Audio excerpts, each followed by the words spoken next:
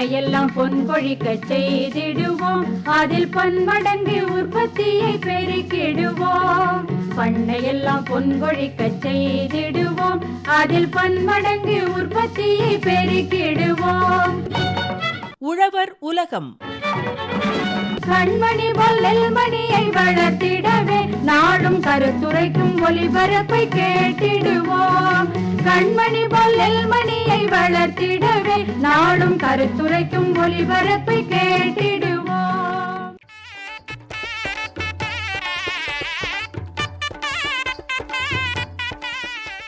லாபகரமான ஒருங்கிணைந்த பண்ணையம் தொடர் நிகழ்ச்சி.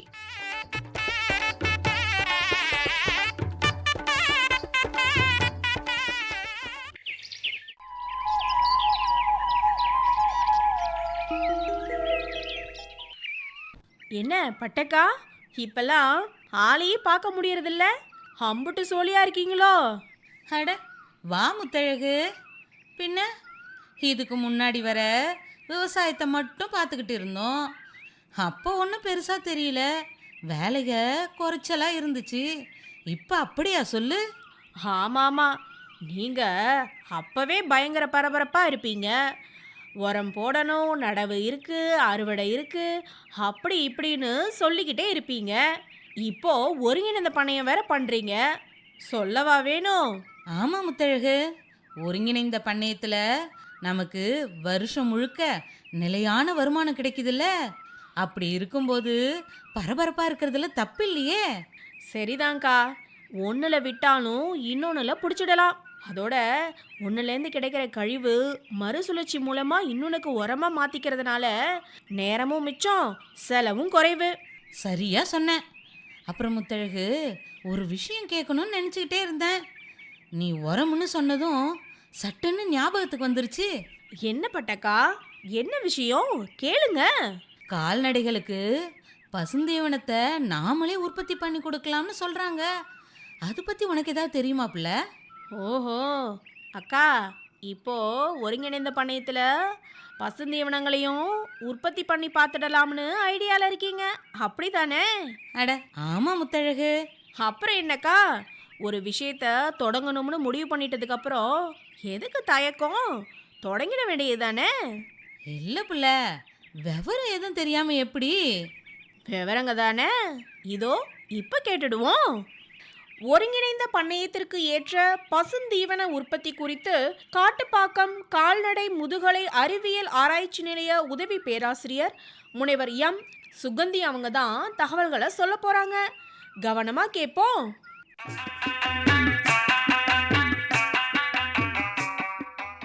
ஒருங்கிணைந்த பண்ணையம் என்பது பல்வேறு தொழில்கள், அதாவது விவசாயம், கால்நடை வளர்ப்பு, மீன் வளர்ப்பு, கோழி வளர்ப்பு, தோட்டக்கலை, வேளாண் காடுகள் வளர்ப்பு இவற்றை ஒருங்கிணைத்து பயிர் கழிவுகளை மறுசுழற்சி செய்வதன் மூலம் நீடித்த வேலைவாய்ப்பு அளித்து உற்பத்தி திறனை மேம்படுத்தி விவசாயிகளின் வாழ்வாதாரத்தை அதிகரிக்கும் ஒரு விவசாய யுக்தியாகும். இந்த ஒருங்கிணைந்த கால்நடை பண்ணையம் ஏன் முக்கியத்துவம் பெறுது அப்படின்னு பார்த்தோன்னா, ஒருங்கிணைந்த கால்நடை பண்ணையம் மூலமாக நம்ம விவசாயிகளுக்கு பயிர் வளர்ப்பு விவசாயம், அதாவது நெல் பயிர் வைக்கிறதோ அல்லது சாதாரண மற்ற கடலை, சூரியகாந்தி போன்ற பயிர்கள் வளர்ப்பதில் எந்த பிரச்சனையும் இருக்கிறதில்ல.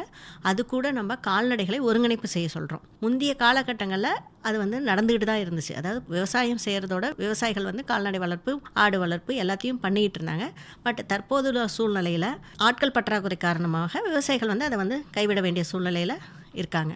ஆனால் இந்த ஒருங்கிணைந்த பண்ணையம் மிகவும் முக்கியமானது. ஏன்னா ஒருங்கிணைந்த பண்ணையத்தின் மூலமாக தான் நம்ம விவசாயத்தில் ஏற்படுற பயிர் கழிவுகளை நம்ம மறுசுழற்சி பண்ண முடியும். அப்படி பயிர் கழிவுகளை மறுசுழற்சி பண்ணுறது மூலமாக அதை உரமாக மாற்றுறோம், அல்லது பயிர் கழிவுகளோட ஒரு பகுதியை மாடுகளுக்கு உணவாக அளிக்கிறோம். அதாவது வைக்கோல் போன்ற பயிர் கழிவுகளை நம்ம மாடுகளுக்கு உணவாக அளிக்கிறோம். அதே சமயம் இந்த கால்நடைகளிலிருந்து பெறப்படுகின்ற சாணம் அல்லது இயற்கை உரங்கள், இந்த இயற்கை உரங்கள் மண் வளத்தை பெருக்குவதில் ரொம்ப முக்கிய பங்கு வகிக்கிறது. அதாவது மண் வளத்தை பெருக்கலைன்னா நம்ம எவ்வளோதான் நம்ம உயர் உற்பத்தி ரகங்கள் அல்லது நிறைய ரசாயன உரங்கள் போட்டாலும் உற்பத்தி திறனை மேம்படுத்துறது ரொம்ப கஷ்டம். அதனால் மண்ணோட இயற்கை வளத்தை பாதுகாப்பது ரொம்ப முக்கியம். இந்த மண்ணோட இயற்கை வளத்தை பாதுகாக்க கண்டிப்பாக கால்நடைகள் ஒருங்கிணைப்பு என்பது மிக முக்கியமான ஒரு அம்சமாகும். இப்போ இந்த கால்நடை ஒருங்கிணைப்பில் நம்மளுக்கு கிடைக்கிற கால்நடை கழிவுகள், அதாவது சாணத்தை வந்து நம்ம இயற்கை உரமாக மக்க வைக்கிறோம். அந்த மக்க வைத்த இயற்கை உரம் வந்து நம்ம மண்ணுக்கு வந்து நம்ம அளிக்கிறோம். இயற்கை உரங்கள் பற்றாக்குறை மற்றும் இந்த கால்நடைகளை வளர்த்தாத நிலையில் விவசாயிகளுக்கு இந்த இயற்கை உரங்களோட பற்றாக்குறை ஏற்படுது. அதை வெளியிலேருந்து கொண்டு வரணும் அப்படின்னு நினச்சாலும் அவங்களோட செலவினம், உற்பத்தி செலவினம் வந்து அதிகமாகுது. இந்த சூழ்நிலையில் விவசாயிகள் வந்து இயற்கை உரங்கள் போடுறதையே வந்து குறைக்க ஆரம்பிச்சிட்டாங்க. அதனால செயற்கை உரங்கள் பயன்பாடு அதிகமாயிருச்சு. இயற்கை உரங்களோட பயன்பாடு மிகவும் இன்றியமையாதது. அதனால தான் நம்ம வந்து இயற்கை விவசாயம் இந்த மாதிரி துறைகளில் அதிக அளவு முக்கியத்துவம் கொடுக்க ஆரம்பிச்சிட்டோம். இந்த இயற்கை விவசாயம் பண்ணணும்னாலும் சரி, அல்லது மண் வளத்தை மேம்படுத்தணும்னாலும் சரி, இந்த ஒருங்கிணைந்த பண்ணையங்கிறது ஒரு முக்கிய அம்சம். அதுலேயும் கால்நடைகள் ஒருங்கிணைப்பு என்பது மிக முக்கிய அம்சம்.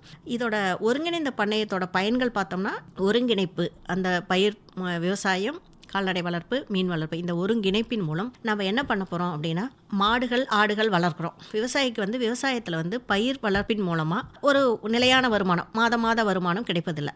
அதாவது 3 மாதத்துக்கு ஒரு தடவை, 6 மாதத்துக்கு ஒரு தடவை அவங்க எடுக்கக்கூடிய பயிர்களை பொறுத்து தான் அவங்களோட வருமானம் இருக்கும். ஆனால் இதே சமயத்தில் இந்த கால்நடை வளர்ப்பு, ஆடு வளர்ப்பை நம்ம ஊக்குவிப்பதன் மூலம் அல்லது ஒருங்கிணைப்பதன் மூலம் நம்மளுக்கு என்ன கிடைக்கிது அப்படின்னு பார்த்தீங்கன்னா, அவங்களுக்கு ஒரு மாத வருமானம், நிலையான வருமானம் கிடைக்கிது. மாடுகள் வளர்ப்பின் மூலம் பால் உற்பத்தி அல்லது ஆடு வளர்ப்பு மூலம் இறைச்சி உற்பத்தி, இந்த மாதிரி அவங்களுக்கு ஒரு நிலையான வருமானம் கிடைக்கிது.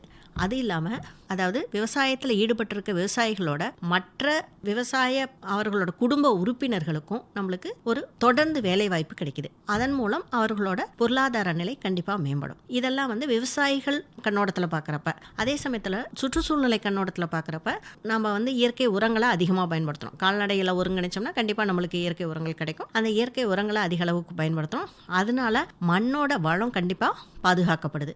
நம்ம வந்து மீண்டும் மீண்டும் பயிர் வைக்கிறப்ப ஒவ்வொரு தடவையும் நம்ம வந்து பரிந்துரை என்னன்னு பார்த்தோம்னா, நன்கு மக்கிய தொழு உரம் சொல்கிறோம். ஆனால் அதை நம்ம போட முடியல. ஆனால் ஒருங்கிணைப்பின் மூலம் அதை நம்ம சிறப்பாக செய்ய முடியும். இப்போ இந்த ஒருங்கிணைந்த பண்ணையத்தில் நம்ம கால்நடை வளர்ப்பை எடுத்துக்குவோம். இந்த கால்நடை வளர்ப்பில் ஒருங்கிணைந்த பண்ணையத்தில் விவசாயமும் ஒரு முக்கிய அங்கம். அதில் கூட ஒருங்கிணைப்பு தான் கால்நடை வளர்ப்பு, ஆடு வளர்ப்பு. விவசாயம் முக்கிய அங்கமாக இருக்கிறப்ப விவசாயிகள் வந்து விவசாய பயிருக்கு நெல் பயிரோ அல்லது மக்காச்சோளமோ அல்லது சோளம் அல்லது நம்ம கடலை, இந்த மாதிரி எண்ணெய் வித்து பயிர்கள், பயிர் வகை பயிர்கள், இந்த பயிர்களை உற்பத்தி பண்ணுறதுக்கு தான் அவங்களோட முக்கியத்துவம் இருக்கும். கால்நடைகள் என்னதான் நம்ம ஒருங்கிணைச்சாலும் அந்த கால்நடைகளுக்கு தேவையான பசுந்தீவனத்தை கொடுக்கறதுக்கு விவசாயிகள், பசுந்தீவனத்தை உற்பத்தி செய்வதற்கு விவசாயிகள் வந்து அதிக முக்கியத்துவம் கொடுப்பதில்லை. ஏன்னா இந்த பயிர் கழிவுகள் அதையே வந்து அவங்க வந்து ஆடுகளுக்கு மாடுகளுக்கு வந்து தீவனமாக கொடுத்துட்றாங்க. அதுவே போதும் அப்படிங்கிற ஒரு எண்ணம் நம்ம விவசாயிகளிடையே இருக்குது. ஆனால் இந்த பசுந்தீவனம் வந்து கண்டிப்பாக நம்ம ஒருங்கிணைந்த பண்ணையத்தில் ஒரு பகுதி, அதாவது இப்போ 1 ஹெக்டர் 2.5 ஏக்கர் இருக்குன்னா அதில் வந்து ஒரு 20 25 சென்ட் வந்து நம்ம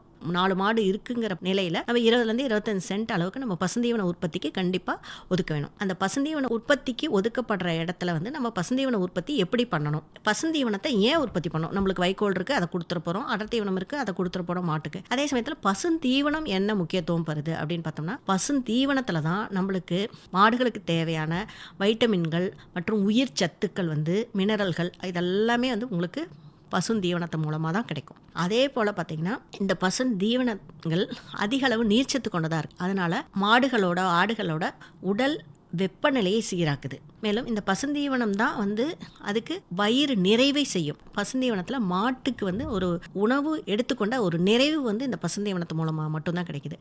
மேலும் இன்னும் முக்கியமான பங்கு என்னென்னா, மாடுகளோட செரிமானத்தில் பசுந்தீவனம் ரொம்ப முக்கிய பங்கு வகிக்குது. செரிமான பிரச்சனைகள் வந்துச்சுனாவே நம்ம மாடுகளை இழக்கக்கூடிய நிலைக்கு கூட வரும். அந்த சமயத்தில் செரிமான பிரச்சனையே இல்லாமல் பாதுகாக்கிறது இந்த பசுந்தீவனங்கள் தான்.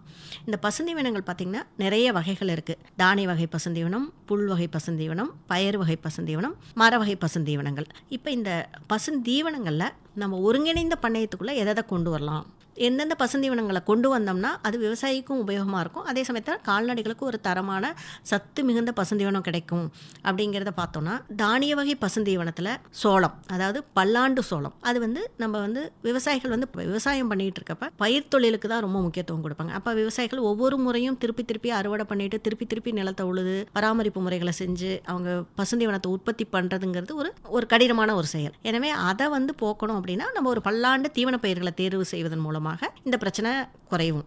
இந்த பல்லாண்டு தீவன பயிர்கள் என்னென்னு பார்த்தோன்னா, தானிய வகை தீவன பயிர்களில் வந்து பல்லாண்டு சோளம், அதுக்கு அடுத்தது புல் வகையில் பார்த்தீங்கன்னா கம்பு நேப்பியர் ஒட்டுப்புல் என்று சொல்லக்கூடிய ஒரு பல்லாண்டு தீவன பயிர். அதே மாதிரி பயர் வகையில் பார்த்தீங்கன்னா வேலி மசால், டெஸ்மத்தஸ்ன்னு சொல்லப்படுற வேலி மசால், அது இல்லாமல் முயல் மசாலும் ஒரு பல்லாண்டு பயிர் தான். இந்த மாதிரி பயிர்களை நம்ம பயிரிடும் பொழுது கால்நடைகளுக்கு தேவையான சத்து மிகுந்த தீவனம் கிடைச்சிடும். இதில் முக்கியமாக இந்த 3 பயிர்கள் உற்பத்தியை பற்றி மட்டும் நம்ம இப்போ பார்ப்போம். பொதுவாக வந்து இதுவும் விவசாய முறை தான், சிறப்பாக வேறு எதுவும் நம்ம அதுக்கு இது பண்ண போகிறதில்ல. சாதாரண விவசாய முறை தான். நிலத்தை நன்கு உழுதுக்கணும், 2 முதல் 3 உழவு கண்டிப்பாக கொடுக்கணும். இந்த 2 to 3 உழவில் வந்து நம்மளுக்கு கட்டிகள் இல்லாத சமன்படுத்தப்பட்ட நிலம் கிடச்சிடும். அதில் வந்து விதைகளை விதைக்கணும், நீர் பாய்ச்சணும், களை எடுக்கணும், மேலுரம் இடணும், அதுக்கப்புறம் அறுவடை. இதுதான் வந்து பொதுவான விவசாய முறைகள். இதில் பார்த்தோம்னா சோளம், பல்லாண்டு சோளத்துக்கு நம்ம விதை அளவு அப்படின்னு பார்க்குறப்ப ஒரு ஹெக்டருக்கு 5 கிலோ விதை வந்து போதுமானதாக இருக்கும். இந்த விதை விதைப்பதற்கு முன்பாக அடி உரமாக நன்கு மக்கிய தொழு உரம் 25 டன் ஒரு ஹெக்டருக்கு நம்ம பரிந்துரைக்கப்படுகிறது. அது இல்லாமல் நம்ம தலைமணி மற்றும் சாம்பல் சத்துக்கள், அது வந்து நம்ம மண் பரிசோதனை செய்து அதில் பரிந்துரைத்த அளவையும் இடலாம், அல்லது பொது பரிந்துரையான 25, 40, 20 கிலோ தலைமணி மற்றும் சாம்பல் சத்துக்கள், இதை வந்து அடியுரமாக இந்த பல்லாண்டு தீவன சோளத்துக்கு நம்ம கொடுக்கணும். இந்த தீவன சோளத்துக்கு அப்புறம் அதாவது அடி உரம் இட்டதற்கு அப்புறம் நம்ம வந்து விதைகளை ஊனணும். விதைகளை எந்த இடைவெளியில் ஊனணும் அப்படின்னு பார்த்தோம்னா 30 சென்டிமீட்டர் × 15 சென்டிமீட்டர் இடைவெளியில், அதாவது ஒரு லைனுக்கும் இன்னொரு லைனுக்கும், ஒரு வரிக்கும் இன்னொரு வரிக்கும் பார்த்திங்கன்னா இடையில 30 சென்டிமீட்டரும், ஒரு செடிக்கும் இன்னொரு செடிக்கு இடையில 15 சென்டிமீட்டர் இடைவெளியும் இருக்கணும். இது வந்து பயிரோட இடைவெளி. பயிரோட இடைவெளியில் விதையை ஊனதுக்கப்புறம் தண்ணீர் பாய்க்கணும். ஃபஸ்ட்டு டே தண்ணி பாய்க்கணும், அடுத்தது 3வது உயிர் தண்ணீர் கண்டிப்பாக பாய்க்கணும். இது முடிஞ்சதுக்கப்புறம் 20 நாள் 25 நாளில் வந்து உங்களுக்கு களை வரும். களை வந்துச்சுன்னா அதை வந்து களை எடுக்கணும். பொதுவாக வந்து எந்த தீவன பயிருக்குமே நம்ம வந்து களைக்கொல்லிகள் பயன்படுத்துறத பரிந்துரைக்கிறது கிடையாது. ஏன்னா அதனோட எச்ச பொருள் வந்து மாடுகளுக்கோ ஆடுகளுக்கோ வந்து ஒரு தீங்கு விளைவிக்கக்கூடியதாக இருக்கும். அதனால் பொதுவாக களைக்கொல்லி பயன்படுத்த பரிந்துரைப்பது இல்லை. அதனால் இந்த 20லேருந்து 25 நாளுக்குள்ள ஒரு கைக்களை எடுப்பது மிகவும் முக்கியம். கைக்களை எடுத்ததுக்கப்புறம் மேலுரமாக மேலும் 25 கிலோ ஒரு ஹெக்டருக்கு தீவன சோளத்துக்கு நம்ம தலைச்சத்தை வந்து பரிந்துரைக்கிறோம். இதை முடிச்சுட்டு அதுக்கப்புறம் வந்து பார்த்திங்கன்னா எப்போ அறுவடை பண்ணணும் அப்படின்னு பார்த்தோம்னா, ஃபஸ்ட்டு பயிர் வர்றதுக்கு அறுவடைக்கு வருது 60லேருந்து 65 நாள். சோளத்தில் வந்து 50% செடி வந்து பூத்துருக்கணும், அல்லது 60லேருந்து 65 நாள் ஆயிருக்கணும். இந்த நிலையில் வந்து நம்ம பயிரை அறுவடை செய்யலாம். இந்த பயிரை அறுவடை செஞ்சுட்டு, இது பல்லாண்டு பயிருங்கிறனால அறுவடை செஞ்சுட்டு மறுபடியும் வந்து அதில் களை எடுத்துட்டு மேலுரமாக ஒவ்வொரு முறையும் 75 கிலோ ஒரு ஹெக்டருக்கு தலைச்சத்து நம்ம இடணும். இதே மாதிரி நம்ம ஒவ்வொரு முறை அறுவடை செய்கிறப்பவும் நம்ம இந்த களை எடுத்துட்டு மேலுரம் இட்டுட்டு அதுக்கப்புறம் தண்ணி பாய்ச்சணும். இந்த செயல்களை தொடர்ந்து செஞ்சுட்டு வர்றது மூலமாக நம்ம தொடர்ந்து நம்ம பசுந்தீவன உற்பத்தியை மேற்கொள்ள முடியும். இதை மாடுகளுக்கும் நம்ம தொடர்ந்து கொடுப்பதன் மூலம் பால் உற்பத்தியை அதிகரிக்க முடியும். இப்போ இதோட விளைச்சல் எவ்வளோ இருக்கும் அப்படின்னு பார்த்தீங்கன்னா 180லேருந்து 200 டன் ஒரு ஹெக்டர். ஏன்னா இது வந்து பல்லாண்டு பயிர், 6 முதல் 7 அறுவடை குறைஞ்சபட்சம் நம்ம பண்ண முடியும். அதன் மூலமாக நம்மளுக்கு 180லேருந்து 200 டன் ஒரு ஹெக்டருக்கு விளைச்சல் கிடைக்கும். அப்போ நம்ம 180லேருந்து 200 டன் கிடைக்குதுன்னா அதுக்கு தகுந்த மாதிரி அளவுக்கு நம்ம 10 மாடு வச்சுருக்கோம்னா அதுக்கு எவ்வளோ ஏரியா அப்படிங்கிறத நம்ம விளைச்சலை வச்சு நம்ம கணக்கீடு செஞ்சுக்கலாம். இது வந்து தீவன பல்லாண்டு சோளம். அடுத்தது பார்த்திங்கன்னா தீவன சோளத்தில் ரகங்கள் பார்த்திங்கன்னா KoFS 29, Ko 31 இந்த ரகங்கள் தான் பல்லாண்டு பயிராக பயன்படுத்தப்படுது. அடுத்ததாக பார்த்திங்கன்னா கம்பு நேப்பியர் ஒட்டுப்புல், இது வந்து புல்வகை பசுந்தீவனம். தானிய வகை பசுந்தீவனங்களை விட புல்வகை பசுந்தீவனங்கள் சிறந்தது. ஏன்னா புல்வகை பசுந்தீவனங்கள் பார்த்திங்கன்னா விளைச்சல் வந்து தானிய வகையோட 2 to 3 மடங்கு அதிகமாக இருக்கும். இப்போ மக்காச்சோளம்லாம் பார்த்தோம்னா பயிர் ஐட்டம்னா நம்மளுக்கு கிடைக்கிறது வந்து 40 டன் தான் ஒரு ஹெக்டருக்கு. அதே சமயத்தில் நம்ம கம்பு நேப்பியர் ஒட்டுப்புல் மூலமாக ஒரு ஹெக்டரில் 400 டன் எடுக்கலாம். அப்போ வந்து இதோட விளைச்சல் அதிகம், அதோட தண்டுகள் வந்து நல்ல மிருதுவாக கால்நடைகள் விரும்பி உண்ணக்கூடியதாக இருக்கும், நிறைய தூர்கள் வரும். இதெல்லாம் பார்த்திங்கன்னா விளைச்சல் அதிகரிக்க முக்கியமான காரணிகளாக இருக்குது. இந்த கம்பு நேப்பியர் ஒட்டுப்புழுக்கு விதை கிடையாது. இது விதை கரணைகள் மூலம் தான் நம்ம பயிர் செய்யணும். 2 பருக்கள் கொண்ட கரணைகளை வச்சு நம்ம பயிர் செய்யலாம். இந்த 2 பருக்கள் கொண்ட கரணைகள் எவ்வளோ தேவைப்படுது ஒரு ஹெக்டருக்கு அப்படின்னு பார்த்தோம்னா 40,000 கரணைகள் வந்து ஒரு ஹெக்டருக்கு தேவைப்படுது. இந்த விதை கரணைகளை வந்து நம்ம நிலத்தில் வந்து நன்கு சமன்படுத்தப்பட்ட நிலத்தில், அதாவது 2 முதல் 3 உழவு மேற்கொண்ட நிலத்தில் அடியுரமாக 25 டன் ஒரு ஹெக்டருக்கு நன்கு மக்கிய தொழு உரம் இட்ட நிலத்தில் வந்து நம்ம இதை நடணும். அதுக்கு முன்னாடி அடியுரத்தில் வந்து நம்ம என்ன பண்ணணும்னா 50, 50, 40 கிலோ தலை மணி மற்றும் சாம்பல் சத்துக்கள், இதை வந்து மக்கின தொழு உரம் போட்ட உடனே இதையும் போட்டுட்டு கடைசி உழவை மேற்கொள்ளணும். இந்த உழவை மேற்கொண்டதுக்கு அப்புறம் இதில் வந்து பார்கள் அமைக்கணும். பார்களுக்குரிய இடைவெளி என்னன்னு பார்த்தீங்கன்னா 50 சென்டிமீட்டர். பயிர்களுக்கான இடைவெளின்னு பார்த்தீங்கன்னா 50. அப்போ இடைவெளி மொத்தமாக அப்படின்னு பார்க்குறப்ப பயிருக்குரிய இடைவெளினா 50 × 50 சென்டிமீட்டர். இப்படி 50 × 50 சென்டிமீட்டர் இடைவெளியில் நடுறப்ப ஒரு ஹெக்டருக்கு 40,000 கரணைகள், விதைக்கரணைகள் தேவைப்படும். இந்த கரணைகளை வந்து ஒரு கணு வந்து மண்ணுக்குள்ளே இருக்கிற மாதிரியும் ஒரு கணு வந்து மேல் நோக்கி இருக்கிற மாதிரியும் நம்ம நடவு செய்யணும். நடவு நட்ட பிறகு உடனே நீர் பாய்ச்சுதல் வேண்டும். நீர் பாய்ச்சிட்டு அதே மாதிரி 3வது நாள் கண்டிப்பாக உயிர் தண்ணீர் பாய்ச்ச வேண்டும். அதுக்கப்புறம் ஒரு வாரத்துக்கு முன்னாடி, அதாவது 6 to 7 நாட்களுக்கு ஒரு முறை நீர் பாய்ச்சுதல் அவசியம்.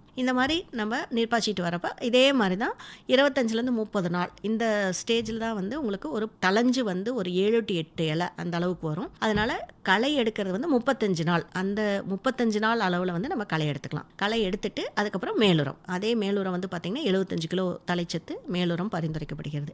அதுக்கப்புறம் மேலுரம் இட்ட பிறகு ஒரு 60 நாள் நம்ம பயிர் வளர்ச்சிக்காக வெயிட் பண்ணணும். இந்த பயிரை எப்போ அறுவடை பண்ண முடியும் அப்படின்னா 90லேருந்து 100 நாட்களுக்குள்ளே முதல் அறுவடை பண்ணலாம். இந்த முதல் அறுவடை முடிச்சுட்டு தீவன சோளத்துக்கு சொன்னது போலவே நம்ம வந்து களை எடுத்துட்டு மேலுரமாக 75 கிலோ ஒரு ஹெக்டருக்கு தலைச்சத்தை போட்டுட்டு அதுக்கப்புறம் நீர் பாய்ச்சணும். அடுத்தடுத்த அறுவடைகள் வந்து இந்த இடைவெளியிலேயே பண்ணிடணும். 45லேருந்து 55 நாள் இடைவெளியிலேயே நம்ம அடுத்தடுத்த அறுவடைகளையும் நம்ம முடிச்சிடணும். முதல் அறுவடை மட்டும்தான் 100 நாள் வரைக்கும், அதாவது வெயிட் பண்ணணும். அடுத்தடுத்த அறுவடைகள் வந்து 45லேருந்து 50 நாள் வரைக்கும் நம்ம 50 நாள்லேயே நம்ம பண்ணிட முடியும். இப்படி பண்ணுறது மூலமாக நம்மளுக்கு கிடைக்கிற விளைச்சல் பார்த்திங்கன்னா 400 டன், ஒரு ஹெக்டருக்கு 400 டன் அளவு விளைச்சல் கிடைக்கும்.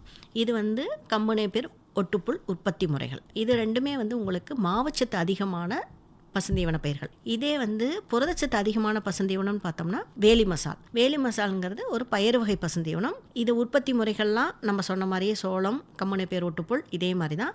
ஆனால் இதில் வந்து விதை நேர்த்தி செய்வது என்பது மிகவும் முக்கியம். விதை நேர்த்திங்கிறது என்னென்னா, விதையை வந்து அதாவது 75லேருந்து 76 டிகிரி இருக்கிற அளவுக்கு இருக்கிற சுடு தண்ணியில் விதைகளை 4 நிமிஷம் ஊற வச்சு அதை எடுத்துட்டு அதை வடிகட்டிய பிறகு அதை வந்து நிழலில் உலர்த்திட்டு அதனுடன் இப்போ 10 கிலோ விதை போடுறோன்னா அதுக்கு சமமாக 10 கிலோ மணல் கலந்து அந்த விதைகளை விதைக்கும். ஏன்னா விதையோட அளவு மிகவும் சின்னதாக இருக்கிறதுனால சீரான விதைப்பிற்கு நம்ம அந்த 10 கிலோ அதே அளவு சம அளவு மணல் கலப்பது மிகவும் முக்கியம். இதை வந்து எந்த இடைவெளியில் விதைக்கணும் அப்படின்னா, ஒரு வரிக்கும், அதாவது இது பாத்திகள் மூலமாகவும் விதைக்கலாம் அல்லது பார்கள் அமைத்தும் நம்ம விதைப்பு செய்யலாம். பாத்திகளில் நம்ம கோடுகள் இட்டு அந்த கோடுகளுக்கு ஒரு கோடுக்கும் இன்னொரு கோடுக்கு இடையில பார்த்திங்கன்னா இடைவெளி பார்த்திங்கன்னா 50 சென்டிமீட்டர் இருக்கணும். பயிர்களுக்கு இடையே இடைவெளி கிடையாது. அப்போ வந்து பயிர் இடைவெளின்னு பார்த்தப்ப 50 × 0 அப்படி தான் சொல்லணும்.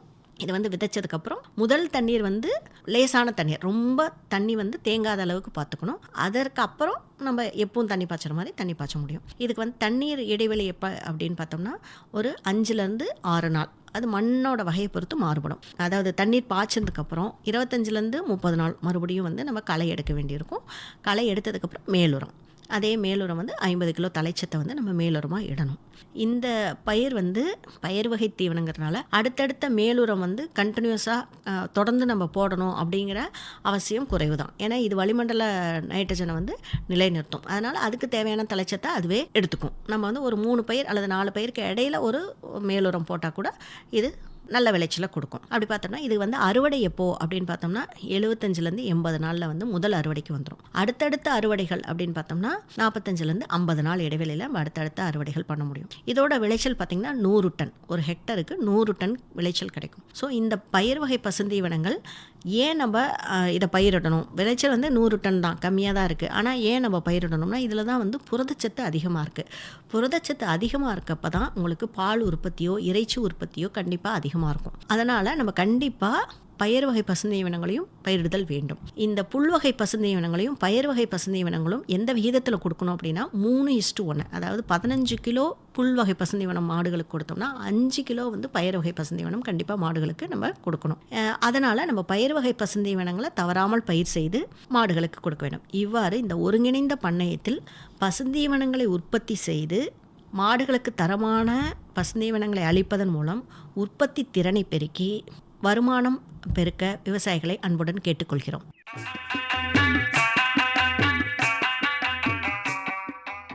என்ன பட்டக்கா, ஒருங்கிணைந்த பண்ணையத்திற்கு ஏற்ற பசுந்தீவன உற்பத்தி குறித்து காட்டுப்பாக்கம் கால்நடை முதுகலை அறிவியல் ஆராய்ச்சி நிலைய உதவி பேராசிரியர் முனைவர் எம் சுகந்தி அவங்க சொன்ன தகவல்களை கேட்டிங்களா? முத்தழகு, பசுந்தீவனத்தை ஏன் உற்பத்தி பண்ணணும், அதில் என்ன பலன் இருக்குது அது கால்நடைகளுக்கு எம்புட்டு முக்கியம், இப்படி எல்லா விவரங்களையும் தெளிவா புரிய வச்சுட்டாங்களே. அக்கா, அதோட பசுந்தீவனத்தில் என்னென்ன வகை இருக்கு, அதை ஒருங்கிணைந்த பண்ணையத்தில் எப்படி உற்பத்தி பண்ணலாம், இப்படி அந்த விவரங்களையும் அழகா புரிய வச்சுட்டாங்கல்ல. முத்தழகு, எங்ககிட்ட கொஞ்சம் இடம் இருக்கு. அந்த இடத்துல இவங்க சொன்ன முறையில் பசுந்தீவனத்தை உற்பத்தி செஞ்சு கால்நடைகளுக்கு கொடுத்து உற்பத்தி திறனை பெருக்கி வருமானத்தை அதிகப்படுத்திடுறேன். ரொம்பவே சந்தோஷம்க்கா. அப்புறம் என்ன, ஆக வேண்டிய வேலைகளை பாருங்க. கால்நடை நமது தோழன், அதை கருத்துடன் காத்திட வேணும். கால்நடை நமது தோழன், அதை கருத்துடன் காத்திட வேணும். பால் வளம் பெருகிட செய்யும், தாய் பசுவால் நலன் பல கிட்டும். பால்வளம் பெருகிட செய்யும், தாய் பசுவால் நலன் பல கிட்டும். அந்த கால்நடை நமது தோழன், அதை கருத்துடன் காத்திட வேணும். பால்வளம் பெருகிட செய்யும், தாய் பசுவால் நலன் பல கிட்டும்.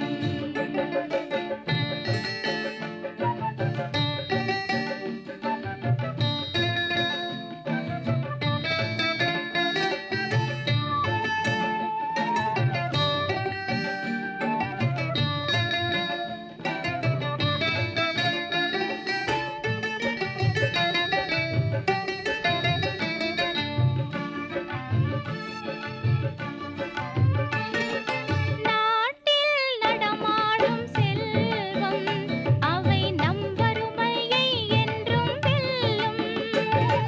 நாட்டில் நடமாடும் செல்வம், அவை நம் வறுமையை என்றும் வெல்லும். மாட்டையும் மாட்டையும் வளர்ப்போம், நல்ல மாற்றத்தை படைத்திட உழைப்போம். மாட்டையும் மாட்டையும் வளர்ப்போம், நல்ல மாற்றத்தை படைத்திட உழைப்போம். அந்த கால்நடை நமது தோழன், அதை கருத்துடன் காத்திட வேணும். பால்வளம் பெருகிட செய்யும், தாய் பசுவால் நலன் பல கிட்டும்.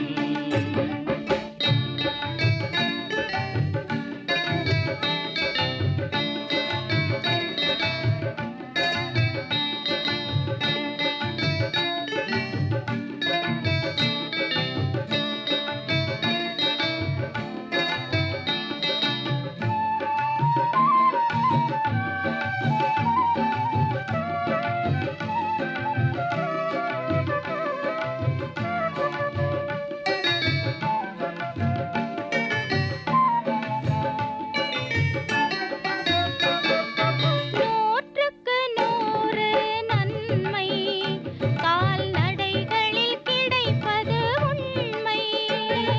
நூற்றுக்கு நூறு நன்மை கால்நடைகளில் கிடைப்பது உண்மை.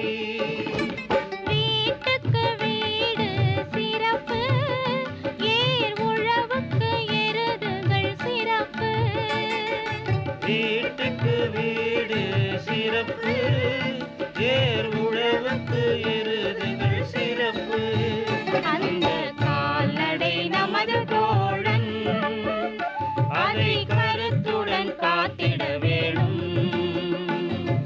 பால்வளம் பெருகிட செய்யும், தாய் பசுவால் நலன் பல கிட்டும்.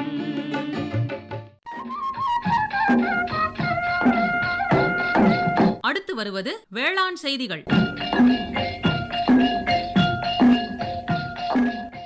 அங்கக வேளாண்மையில் இடுபொருட்கள் உற்பத்தி மற்றும் பயன்பாடு பற்றி தெரிந்து கொள்வோம்.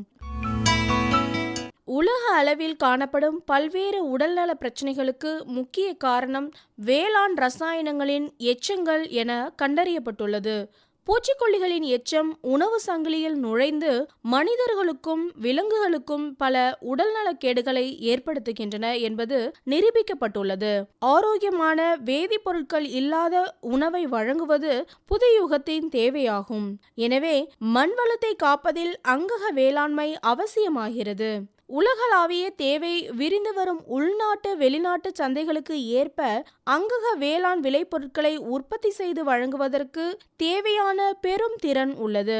சுற்றுச்சூழலுக்கு பாதுகாப்பான உணவினை வழங்கும் முறைக்கான பயிர் வளர்ச்சி ஊக்கிகள் மற்றும் அங்கக பூச்சி விரட்டுகளை பற்றி தெரிந்து கொள்வோம். முதலாவதாக அங்கக பயிர் வளர்ச்சி ஊக்கிகள். அங்கக வேளாண்மையில் பயிர் வளர்ச்சியை ஊக்குவிப்பதில் மீன் மற்றும் முட்டை அமிலம் முக்கிய பங்கு வகிக்கிறது. இந்த கரைசல்கள் பயிர்களுக்கு தேவையான முக்கிய ஊட்டச்சத்து மற்றும் வளர்ச்சி ஊக்கிகளை அளித்து பயிர்களில் அதிக உற்பத்தி திறன் மற்றும் விளைச்சல் பெற உதவுகின்றன. இவை பயிர் வளர்ச்சி ஊக்கியாக மட்டுமல்லாமல் வறட்சி காலங்களில் பயிர்கள் மீது தெளிக்கும் போது வறட்சியை தாங்கி வளரும் தன்மையை அளித்து விளைச்சலை அதிகரிக்க உதவுகிறது.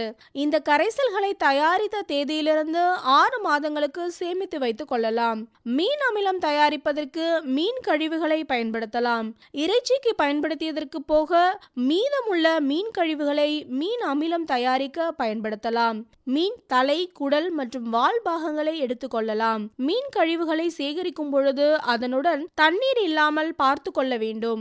எதிர்பாராத விதமாக தண்ணீர் இருந்தால் அதை வடித்து விட வேண்டும். இந்த கரைசலை தயாரிப்பதற்கு சம அளவு மீன் கழிவுகள் மற்றும் கரும்பு சர்க்கரை எடுத்துக்கொள்ள வேண்டும். உதாரணத்திற்கு 5 கிலோ மீன் கழிவுகளை எடுத்துக்கொண்டால் 5 கிலோ கரும்பு சர்க்கரையை இதனுடன் கலக்க வேண்டும். பிறகு ஒரு பெரிய மண் அல்லது பிளாஸ்டிக் பாத்திரத்தில் எடுத்த மீன் கழிவு மற்றும் கரும்பு சர்க்கரையை ஒன்றாக கலந்து எடுத்துக்கொள்ள வேண்டும். பாத்திரத்தில் 1/3 பங்கு, அதாவது மேல் பகுதி காலியாக இருக்குமாறு பார்த்து கொள்ள வேண்டும். ஏனெனில் இதை நொதித்தலுக்கு உட்படுத்தும் போது நிறைய வாயுக்கள் உற்பத்தியாகும். பின்பு இதை மூடி அல்லது பருத்தி துணியை கொண்டு இருக்க மூடி வைத்துவிட வேண்டும். இவ்வாறு செய்யவில்லை என்றால் கொசுக்கள் மற்றும் தீமை விளைவிக்கும் நுண்ணுயிர்கள் அதில் வந்து வாழ்ந்து முட்டை வைத்துவிடும். பிறகு இந்த கலவையை 15 நாட்களுக்கு அப்படியே நொதிக்க விட வேண்டும். அதன் பிறகு இதனை நன்றாக கலந்து அதிலிருந்து வரும் கலவை திரவத்தினை வடித்து கொள்ள வேண்டும். தேவைப்பட்டால் கோமியத்தை சேர்த்து வடித்து கொள்ளலாம். தண்ணீரை எந்த இடத்திலும் சேர்க்க கூடாது. இவ்வாறு தயாரிக்கப்பட்ட கரைசலை 6 மாத அளவிற்கு சேகரித்து வைத்து பயன்படுத்தலாம். முட்டை அமிலம் தயாரிப்பதற்கு கோழி முட்டையை சேமித்து வைத்து பயன்படுத்தலாம். இந்த 2 பயிர் ஊக்கிகளையும் இலை வழியாகவும் சொட்டு நீர் பாசனத்தின் மூலமும் அளிக்கலாம். இலை வழி தெளிப்பு பற்றி தெரிந்து கொள்வோம். அனைத்து வகையான பயிர்களுக்கும் 2% என்ற அளவில் தண்ணீருடன் கலந்து தெளிக்கலாம். அதாவது 2 மில்லிலிட்டர் மீன் அமிலம் அல்லது முட்டை அமில கரைசலை எடுத்துக்கொண்டு 1 லிட்டர் தண்ணீருடன் கலந்து பயிர்களுக்கு தெளிக்க வேண்டும். இதை 15 நாட்களுக்கு ஒரு முறை தெளிப்பதனால் பயிர் வளர்ச்சியை ஊக்குவிக்கலாம். இந்த 2 பயிர் வளர்ச்சி ஊக்கிகளையும் சொட்டு நீர் பாசனத்தின் மூலமும் மண்ணிற்கு அளிக்கலாம். அங்கக வேளாண்மையில் பயிர்களை பூச்சி நோய் தாக்குதலிலிருந்து பாதுகாப்பது மிக முக்கியமானதாகும். அங்கக இடுபொருட்களான 3G கரைசல் மற்றும் 5 இலை கரைசலை பூச்சி விரட்டியாக பயன்படுத்துவதனால் பூச்சி தாக்குதலிலிருந்து பயிர்களை பாதுகாக்கலாம்.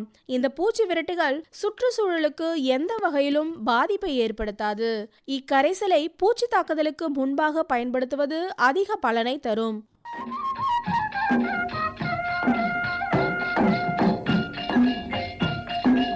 இதுவரை வேளாண் செய்திகள் கேட்டீர்கள்.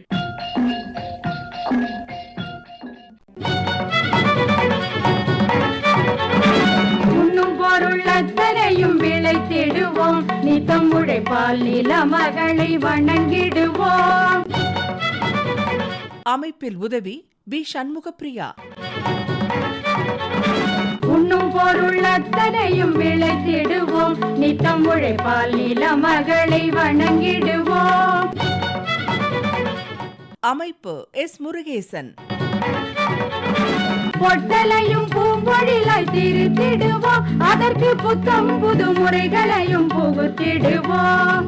பொட்டலையும் பூம்பொழிலாய் திருத்திடுவோம். அதற்கு புத்தம் புது முறைகளையும் புகுத்திடுவோம். இத்துடன் இன்றைய உழவர் உலகம் நிகழ்ச்சி நிறைவு பெறுகிறது. பட்டி தொட்டி சொர்க்கமாக பாடுபட்டே நம் பாரத சமுதாயத்தை உயர்த்திடுவோம். பட்டி தொட்டி சொர்க்கமாக பாடுபட்டே நம் பாரத சமுதாயத்தை உயர்த்திடுவோம்.